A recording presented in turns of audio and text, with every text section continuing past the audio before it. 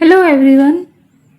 तो Indian geography का हमारा सिलेबस चल रहा था आरपीएससी सेकंड ग्रेड का, जिसमें आज का हमारा टॉपिक रहेगा ऊर्जा संसाधन। ठीक है, इससे पहले इसके कुछ टॉपिक हो गए और अब इसमें एक टॉपिक और बच रहा है जलवायु का, वो कर लेंगे, फिर हमारी इंडियन ज्योग्राफी कंप्लीट हो जाएगी। और उसके बाद फिर हम वर्ल्ड ज्योग्राफी का जो महाद्वीप है वह महासागर, वो 2 टॉपिक ही है, ज़्यादा नहीं है। उसी में ही वो उसकी जलवायु, उसका जो जल प्रवाह क्षेत्र है वो सब कुछ उसी में आ जाएगा, जलधारा वगैरह। ठीक है, तो फिर हम वर्ल्ड ज्योग्राफी को कर लेंगे। अभी हमारे ये 2 टॉपिक बच रहे हैं, ऊर्जा संसाधन और जलवायु। ये इतने बड़े टॉपिक नहीं है, जो इंडियन ज्योग्राफी के बड़े टॉपिक थे वो तो हमने पहले कंप्लीट कर लिए हैं। अभी छोटे छोटे टॉपिक बच रहे हैं, बस इनको अब हम 2 दिन में कंप्लीट कर लेंगे। चलिए तो स्टार्ट करते हैं। आज का हमारा टॉपिक है ऊर्जा संसाधन। ऊर्जा संसाधन देखिए हमने 2 प्रकार से बांट रखा है इसको, परंपरागत और गैर परंपरागत। यहाँ से भी प्रश्न आता है कि कौन सा परंपरागत है और कौन सा गैर परंपरागत ऊर्जा स्रोत है। ठीक है, तो परंपरागत में हम एक परंपरागत याद कर लेंगे, गैर परंपरागत अपने आप बच जाएगा। अच्छा, परंपरागत कौन कौन से हैं? कोयला, पेट्रोलियम, प्राकृतिक गैस और परमाणु ऊर्जा। इसके अलावा हम देखते हैं कि गैर परंपरागत कौन से हैं, तो बायोगैस हो जाएगी, भूतापीय ऊर्जा हो जाएगी, पवन ऊर्जा, ज्वारीय ऊर्जा, पन बिजली ऊर्जा और समुद्र तापीय ऊर्जा। ठीक, उसके बाद हम देखते हैं इसको ऊर्जा स्रोत के आधार पर कि जो अनवीकरणीय होता है और नवीकरणीय, इस आधार पर भी आ जाएगा। अनवीकरणीय उपलब्धता इनकी क्या होती है? सीमित होती है और समाप्त होने पर पुनः प्राप्त नहीं किए जा सकते, लेकिन जो नवीकरणीय है उनका पुनः उपयोग किया जा सकता है। ठीक, अब इसमें कौन कौन सा आ जाएगा? ये परंपरागत वाले ही आ जाते हैं इसमें, जैसे कोयला, पेट्रोलियम, प्राकृतिक गैस और परमाणु ऊर्जा। और नवीकरणीय में सौर ऊर्जा, पवन ऊर्जा, जल विद्युत ऊर्जा, तरंग ऊर्जा, भूतापीय ऊर्जा और ज्वारीय ऊर्जा देखने को मिलती है। अब हम ये ऊर्जा संसाधन पढ़ते हैं, उसमें देखते हैं कि कौन कौन से हैं। कोयला है, पेट्रोल, प्राकृतिक गैस और परमाणु ऊर्जा।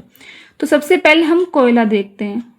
कोयला अवसादी चट्टानों में, ठीक है, उद्योगों की इसको रोटी और उद्योगों की जननी कहा जाता है। कोयला की बात चल रही है यहाँ पर। ठीक है, भारत में शक्ति का सबसे प्रमुख साधन है, ऊर्जा की शक्ति का, यहाँ पर एक वर्ड मिसप्रिंट है, ऊर्जा, ऊर्जा शक्ति का सबसे प्रमुख साधन है।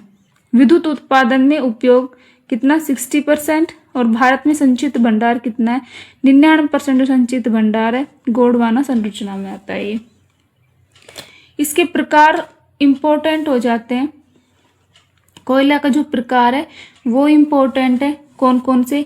एंथ्रेसाइट, बिटुमिनस, लिग्नाइट और पीट, इंपॉर्टेंट है ये। ठीक है, तो देखिए सबसे पहले निर्माण तो पीट का होता है, तो निर्माण के हिसाब से सबसे पहले निर्माण होता है पीट का, फिर लिग्नाइट का, फिर बिटुमिनस का, फिर एंथ्रेसाइट का। लेकिन कार्बन की संख्या देख के सबसे ज्यादा जो कार्बन होता है वो एंथ्रेसाइट में होता है।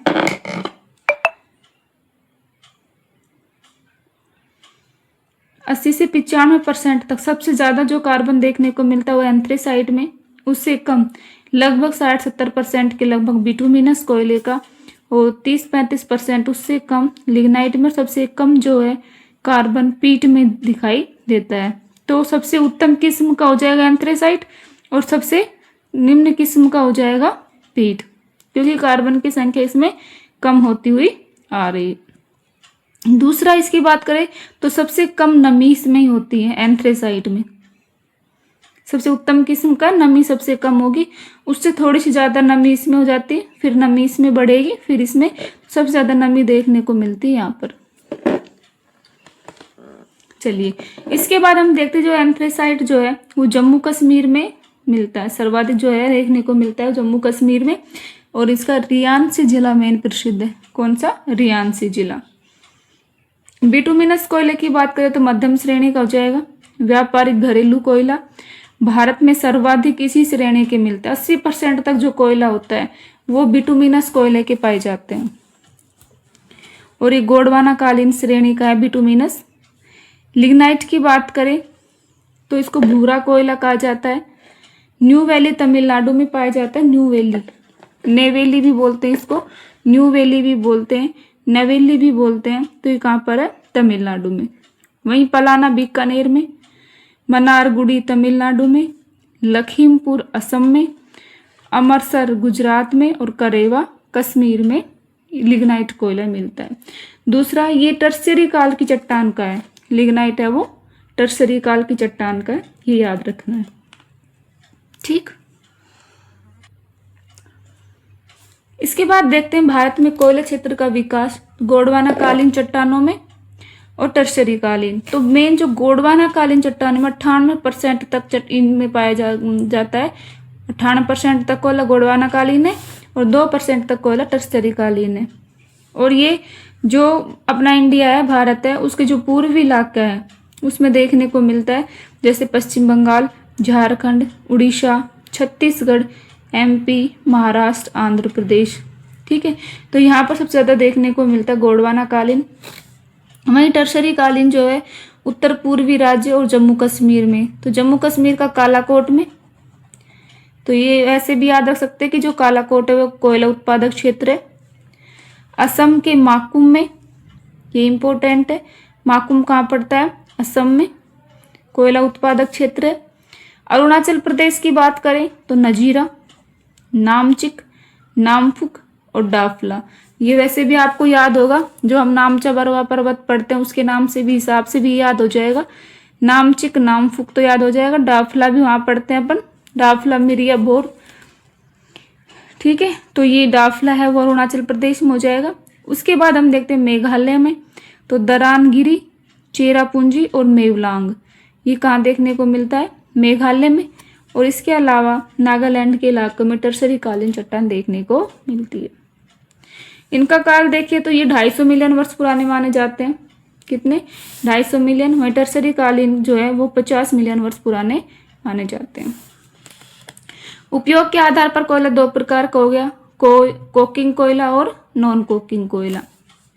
कोकिंग कोयला जिसका लौह और इस्पात उद्योग में उपयोग होता हो, लौह और इस्पात उद्योग में, और राख का प्रतिशत यहाँ बहुत कम है।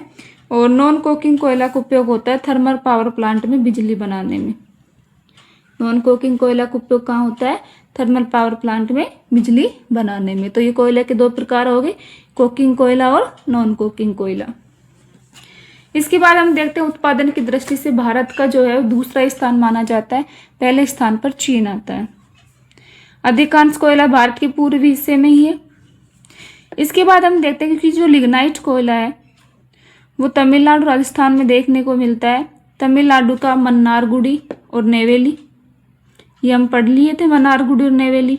और इसके अलावा ये लिग्नाइट कोयला पलाना के बीकानेर में, गिरल, कपूर्डी, जालिपा जो बाड़मेर का है, और कसनाऊ इग्यार जो नागौर का है। तो यहाँ पर बीकानेर, बाड़मेर और नागौर में भी लिग्नाइट कोयला है। ठीक, उत्पादन और भंडार देखें तो लिग्नाइट का सर्वाधिक जो उत्पादन है वो तमिलनाडु में, फिर राजस्थान में और फिर गुजरात में। और भंडार देखें तो तमिलनाडु, गुजरात और राजस्थान। उत्पादन और भंडार, ठीक, देख लेना, याद रहे तो ठीक है, नहीं कुछ ज़्यादा खास नहीं है। वैसे कोयला उत्पादन क्षेत्र में कोयला का जो उत्पादक जो क्षेत्र है वही पूछा जाता है, और कौन कौन से क्षेत्र है जो कोयला से संबंधित है तो वो उनके प्रश्न एग्जाम में आते हैं।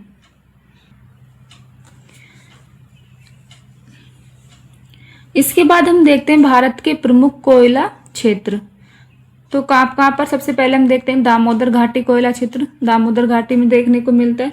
तो नदी वाला चैप्टर आपने पढ़ा होगा, तो आपने जितनी भी नदी है उनको देख लिया होगा, तो ये चीज़ समझ में आ जाएगी दामोदर नदी कहाँ पर है, सोन नदी कहाँ है, महानदी कहाँ है। ठीक है, तो अब हम सबसे पहले पढ़ते हैं दामोदर घाटी कोयला क्षेत्र। सर्वाधिक जो महत्वपूर्ण गोंडवाना कालीन जो कोयला है वो दामोदर घाटी में मिलता है। गोंडवाना कालीन जो कोयला कहाँ पर मिलता है? दामोदर घाटी क्षेत्र में। और संचित और भंडार की दृष्टि से भारत का सबसे बड़ा कोयला उत्पादक कोयला क्षेत्र है ये। कौन सा? दामोदर घाटी वाला सबसे बड़ा कोयला क्षेत्र है, इसलिए इसको रूहर प्रदेश कहते हैं। ठीक है। भारत का सर्वाधिक जो कोकिंग कोयला है वो भी दामोदर घाटी का ही। कोकिंग वाला जो कोयला है वो दामोदर घाटी का ही। इनका ये जो विस्तार है ये इम्पोर्टेंट है।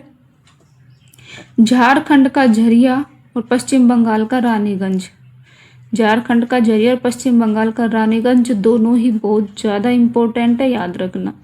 झरिया सबसे बड़ा कोयला क्षेत्र है ये, और रानीगंज वर्तमान कोयला खनन उद्योग का विकास यहाँ से प्रारंभ होता है, रानीगंज से।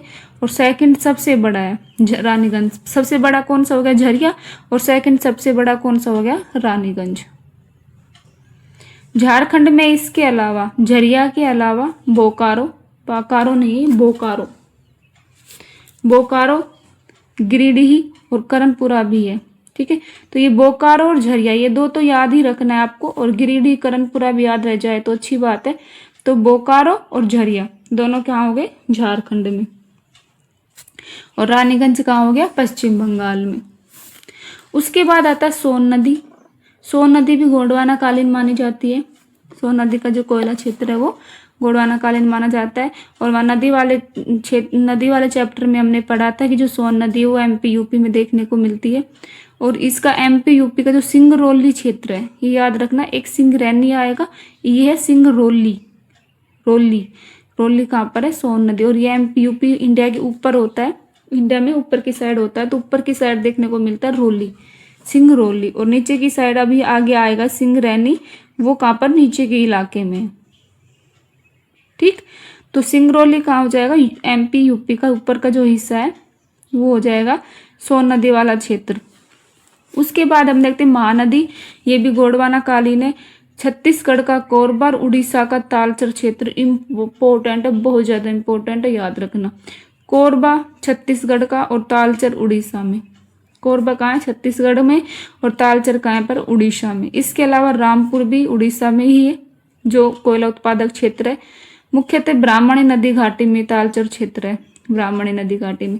आपको यहाँ इतना याद रखना है, तालचर उड़ीसा का है, कोरबा छत्तीसगढ़ का कोयला उत्पादक क्षेत्र। दोनों ही इंपॉर्टेंट हो जाते हैं, कोरबा छत्तीसगढ़ का और तालचर उड़ीसा का। उसके बाद आता है गोदावरी घाटी कोयला क्षेत्र जो गोंडवाना कालीन है। इसमें तेलंगाना का, अब देखिए तेलंगाना का सिंगरैनी, तेलंगाना में क्या आता है? सिंगरैनी। और सिंगरौली कहाँ आता है? एमपी में। ठीक है। तो ये सिंगरैनी कहाँ का है? तेलंगाना का। वर्धा घाटी कोयला क्षेत्र में। नागपुर चंद्रपुर कोयला क्षेत्र कहाँ पर है? महाराष्ट्र में। तो इसको इस तरीके से भी याद रखना है कि महाराष्ट्र में कौन सा है? नागपुर चंद्रपुर। एग्जाम में पूछा जाएगा इस प्रकार से कि नागपुर कोयला क्षेत्र कहाँ पर है?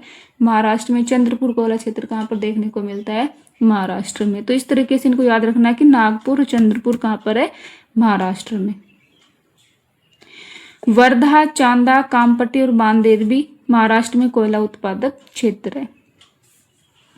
इसके अलावा हम देखते हैं विंध्याचल सतपुड़ा के मध्य नर्मदा घाटी में मध्य प्रदेश में कोयला क्षेत्र है। ये कौन कौन से? नर्मदा घाटी में। और ये तीनों ही क्षेत्र कहाँ पड़ता है? एमपी में। ये नर्मदा घाटी है, विंध्याचल और सतपुड़ा के मध्य हमने वो पढ़ा था, आपको याद होगा वो मैप, तो याद होगा विंध्याचल और सतपुड़ा के मध्य से गुजर रही थी नर्मदा घाटी, नर्मदा नदी, और वहां से नर्मदा घाटी का निर्माण हो रहा है यहाँ पर एमपी में। एमपी में कौन से हैं? महापानी, पेंच घाटी और कान्हन। ये मध्य प्रदेश में नर्मदा घाटी क्षेत्र में पड़ता है सतपुड़ा कोयला क्षेत्र। महापानी, पेंच घाटी और कान्हन। महापानी, पेंच घाटी और कान्हन कोयला क्षेत्र एमपी में। उसके बाद आता है राजमहल कोयला क्षेत्र जो उत्तर पूर्वी झारखंड में है, और खनन क्षेत्र का नाम है लाल मटिया। लाल मटिया कहाँ पर है? झारखंड में। यहाँ ओपन कास्ट माइनिंग होती है। झारखंड का हो गया लाल मटिया। ठीक है। तो ये खनन क्षेत्र थे ये जो लिख रहे हैं इसमें खनन क्षेत्र इम्पोर्टेंट है, इनको आपको अच्छे से याद रखना है। जैसे झरिया था झारखंड का, रानीगंज हो गया पश्चिम बंगाल का, सिंगरौली हो गया एमपी यूपी में, कोरबा छत्तीसगढ़ का, तालचर उड़ीसा का। ये इम्पोर्टेंट है, याद रखना, ठीक है। सिंगरैनी तेलंगाना का, नागपुर चंद्रपुर का महाराष्ट्र में, और एमपी का महापानी पेंचपानी कान्हन, और वहीं लाल मटिया हमने देखा है झारखंड का है। चलिए आगे हम इसको और डिटेल में देख लेते हैं। कोयला खनन जो क्षेत्र है इसको हम एक बार मैप में और देख लेते हैं। जैसे हमने सबसे पहले यहाँ पर देखा, कहाँ पर, ये एमपी यूपी में सोन नदी घाटी में। कौन सी नदी घाटी है? सोन नदी घाटी, जो एमपी यूपी में है। यहाँ का सिंगरौली क्षेत्र था सोन नदी घाटी का। एमपी में इसके अलावा सिंगरौली क्षेत्र के अलावा और क्या देखने को मिलता है? सोहागपुर, उमरिया, तातापानी और रामकोला। ये एक बार देख लेना, याद रहे तो ठीक है। फिर भी ये एमपी में पड़ता है, सोहागपुर, उमरिया, तातापानी और रामकोला। और उससे बाद हमने पढ़ा दामोदर घाटी क्षेत्र का। दामोदर घाटी क्षेत्र का पढ़ा झारखंड और पश्चिम बंगाल में। ये झारखंड और ये पश्चिम बंगाल, तो झारखंड और पश्चिम बंगाल में देखने को मिलती है दामोदर घाटी, और यहाँ पर है झारखंड और पश्चिम बंगाल। तो झारखंड में झारखंड का झरिया ये हमने पढ़ा था। इसके अलावा इसमें कुछ और है जो आपको याद रहे तो देख लेना एक बार। वैसे झरिया इंपॉर्टेंट है, झरिया तो याद रखना है। इसके अलावा याद करना है चंडपुरा, बोकारो, गिरिडीह, करणपुरा, रामगढ़, हुतार, औरंगा, डाल्टनगंज, हजारीबाग और पलामू। वहीं पश्चिम बंगाल में रानीगंज तो याद रखना ही है। इसके अलावा बर्दवान, बांकुड़ा और पुरुलिया। वैसे ऊर्जा जो क्षेत्र अपन पढ़ रहे हैं इसमें मेन अपने को कोयला क्षेत्र और तेल क्षेत्र ही पढ़ने हैं, तो इतना तो हम याद कर ही सकते हैं, ठीक है। तो इनको याद करने में ज़्यादा परेशानी नहीं आएगी, याद हो जाएगा, इनको 2-4 बार देखेंगे तब। तो बस 2 कोयला क्षेत्र और तेल क्षेत्र पढ़ना अपने को, इसमें तो हो जाएगा ये याद, ठीक है। एमपी में सतपुड़ा कोयला क्षेत्र पढ़ के आए हम। नर्मदा घाटी क्षेत्र में कौन कौन सा? मापानी, पेंच घाटी और कानन क्षेत्र। फिर हमने पढ़ा महाराष्ट्र में पड़ती है वर्धा घाटी। वर्धा घाटी में कौन कौन सी? नागपुर चंद्रपुर क्षेत्र, बल्लारपुर और यवंतमाला। इसके बाद हमने देखा कि तेलंगाना का सिंगरैनी क्षेत्र गोदावरी घाटी क्षेत्र में पड़ता है ये। उसके बाद महानदी जो क्षेत्र है उसमें छत्तीसगढ़ का कोरबा और उड़ीसा का तालचर पड़ा। महानदी में छत्तीसगढ़ का कोरबा और उड़ीसा का तालचर क्षेत्र पड़ा था। छत्तीसगढ़ में इसके अलावा, कोरबा के अलावा क्या देखने को मिलता है? विश्रामपुर, झिलमिली और चिरमिरी। विश्रामपुर, झिलमिली और चिरमिरी। वहीं उड़ीसा में तालचर क्षेत्र तो है इम्पोर्टेंट। इसके अलावा ये याद रहे तो ठीक है, वैसे ये जो डार्क किया हुआ है इनको तो याद रखना ही रखना है, ठीक है। तो रामपुर, हिंगिर, करीमनगर और ये बस यही है, रामपुर और हिंगिर। रामपुर और हिंगिर किसमें? यहाँ पर उड़ीसा में।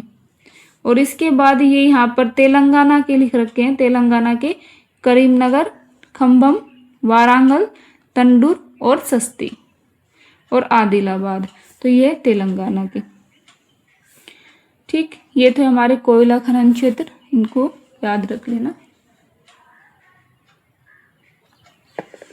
इसके बाद हम देखते हैं इनका भंडार और उत्पादन। तो जो कोयला है उसका भंडार देखने को मिलता है सबसे ज़्यादा उड़ीसा में, फिर झारखंड में, फिर छत्तीसगढ़ और देन पश्चिम बंगाल भंडार है। और उत्पादन में सबसे ज़्यादा कहाँ पर देखने को मिलता है? उड़ीसा में, फिर छत्तीसगढ़, फिर झारखंड और फिर मध्य प्रदेश और तेलंगाना। तो यहाँ पर उत्पादन है और ये क्या है? इसका भंडार है। उसके बाद अगला हम पढ़ते हैं खनिज तेल और प्राकृतिक गैस। पेट्रोलियम जो है, पेट्रोलियम और प्राकृतिक गैस, ये सब हम यहाँ पर देखने वाले हैं। भूगर्भिक स्थिति तृतीय युग की जीवाश्म प्रधान शैलों में अवसादी चट्टानों में देखने को मिलता है। अच्छा, खनिज तेल या हम बोल सकते हैं पेट्रोलियम, इसके बारे में हम ये डिटेल पढ़ेंगे। तो देख, सबसे पहले 1866 में, कब? 1866 में असम में रेलवे लाइन बिछाते समय नहरपुंग नामक स्थान पर सबसे पहले इसका ये किया गया था खनिज तेल के लिए 1866 में, लेकिन असफल प्रयास रहा था। ये कैसा रहा? असफल रहा था, यानी वहां से तेल की प्राप्ति नहीं हुई। सबसे पहले हमने प्रयास किया था नहरपुंग असम में, लेकिन वहां से तेल प्राप्त नहीं हुआ, असफल प्रयास रहा था। फिर उसके बाद पहली बार जो तेल निकला था वो माकुम क्षेत्र से निकला था। ये याद रखना, नहरपुंग स्थान कहाँ पर है? असम में। माकुम क्षेत्र कहाँ पर है? असम में। और ये पेट्रोलियम से संबंधित है, खनिज तेल से संबंधित क्षेत्र है, माकुम क्षेत्र और नहरपुंग क्षेत्र। उसके बाद 89 में असम के ही क्षेत्र है मारघेरिया और डिगबोई, दो क्षेत्र है असम के ही, उससे तेल उत्पादन शुरू किया गया और यहाँ पर तेल शोधन कारखाने भी लगाए गए। ठीक है, ये असम के ही ये सारे क्षेत्र नहरपुंग, माकुम, मारघेरिया और डिगबोई, ये सारे असम के क्षेत्र है। फिर 1960 में पहली बार असम से बाहर काम किया गया, 1960 में। कहाँ पर? गुजरात के अंकलेश्वर में। और उस तेल उत्पादन हुआ था और उसके का नाम क्या रख दिया? वसुधरा। वसुधारा ये नाम रख दिया। गुजरात के अंकलेश्वर में पहली बार, असम के बाहर पहली बार किया गया था यहाँ पर वसुधरा। फिर उसके बाद हम देखते हैं गुजरात जो अपत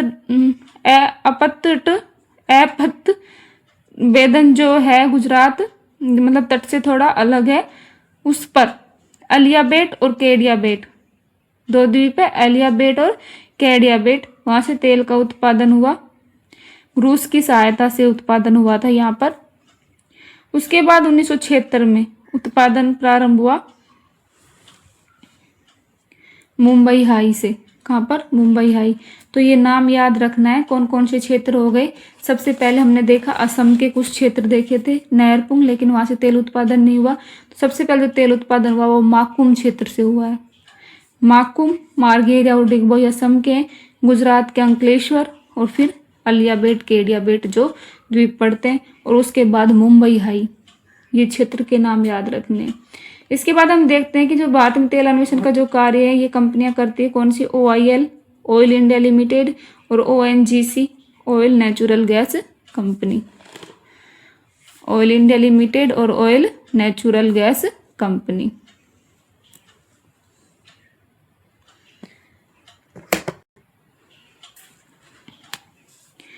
इसके बाद हम देखते हैं कि प्राकृतिक गैस पर्यावरण मित्र माना जाता है, और जहाँ खनिज तेल पाया जाता है वहाँ ही प्राकृतिक गैस भी पाई जाएगी। तो जो क्षेत्र पड़े हैं वही क्षेत्र, उसी क्षेत्रों में हमें ये देखने को मिलती है प्राकृतिक गैस। तो इसके कौन कौन से क्षेत्र हो जाएंगे? असम मेघालय क्षेत्र, खम्पात की खाड़ी, रामबा क्षेत्र, केजी बेसिन, बॉम्बे हाई और गुजरात क्षेत्र, और तमिलनाडु का पेरानगुलम क्षेत्र। ये सब हो जाएगा प्राकृतिक गैस के लिए। उसके बाद हम देखते हैं पेट्रोलियम भंडार और पेट्रोलियम उत्पादन। पेट्रोलियम का सबसे ज्यादा भंडार देखने को मिलता है पश्चिमी अपतटीय क्षेत्र में असम, गुजरात और फिर राजस्थान। वहीं इसका उत्पादन देखिए तो पश्चिम के साथ साथ पूर्व का अपतटीय क्षेत्र में और राजस्थान, गुजरात और असम में ये उत्पादन होता है यहाँ पर, ये इसका, और ये पेट्रोल का भंडार है। इसके बाद हम देखते हैं परमाणु खनिज, यूरेनियम और थोरियम। कौन कौन से? Uranium, thorium. इनके अयस्क के नाम याद रखना।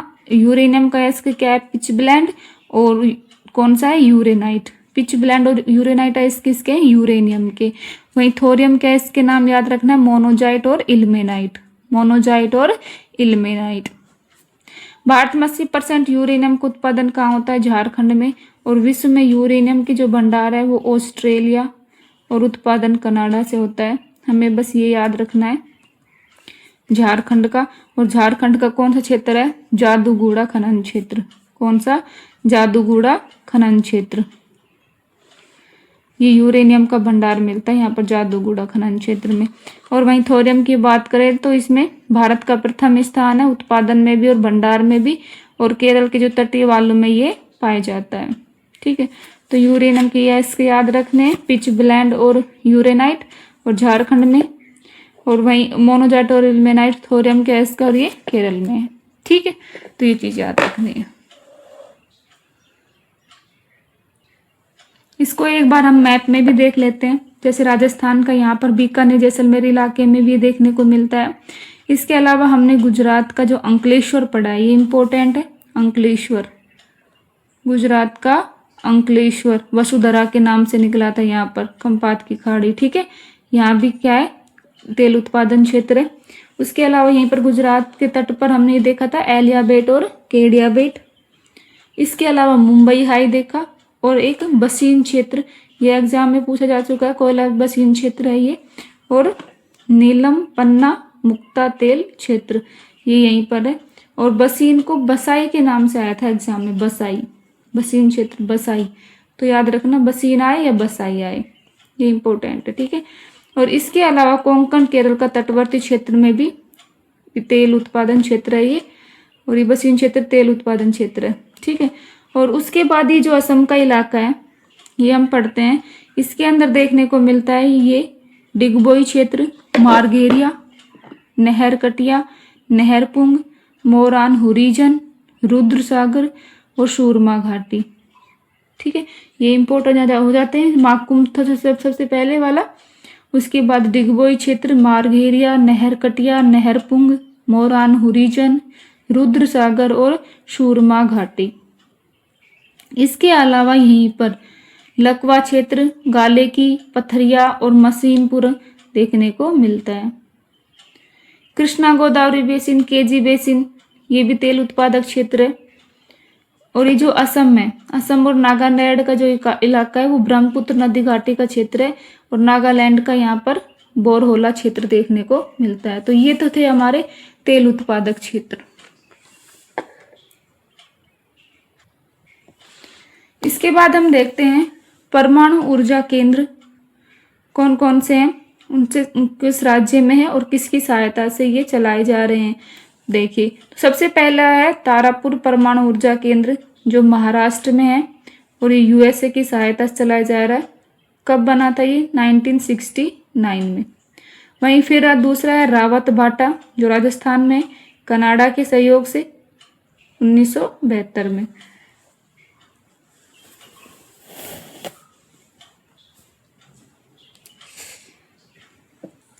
कलपक्कम चेन्नई में, ये स्वदेशी आ जाएंगे ये सब। कलपक्कम हो गया, नरोरा, काकरापार, कैगा, ये सारे स्वदेशी है। कलपक्कम हो गया चेन्नई में, नरोरा हो गया यूपी में, काकरापार हो गया सूरत गुजरात में, कैगा हो गया कर्नाटक में। तो ये कौन से हो गए? स्वदेशी। उसके बाद हम देखते हैं कुंडलकुलम तमिलनाडु में, रूस की सहायता से। वहीं जैतापुर जो परमाणु है महाराष्ट्र में, फ्रांस के सहयोग से। ठीक, उसके बाद हम देखते हैं परमाणु ऊर्जा संस्थान महाराष्ट्र, ट्रॉम्बे 1954 में। बार्क की स्थापना होती है 1967 में। बार्क क्या है? Bhabha atomic research centre. Thar का मरुस्थलीय क्षेत्र भी तेल उत्पादक क्षेत्र है।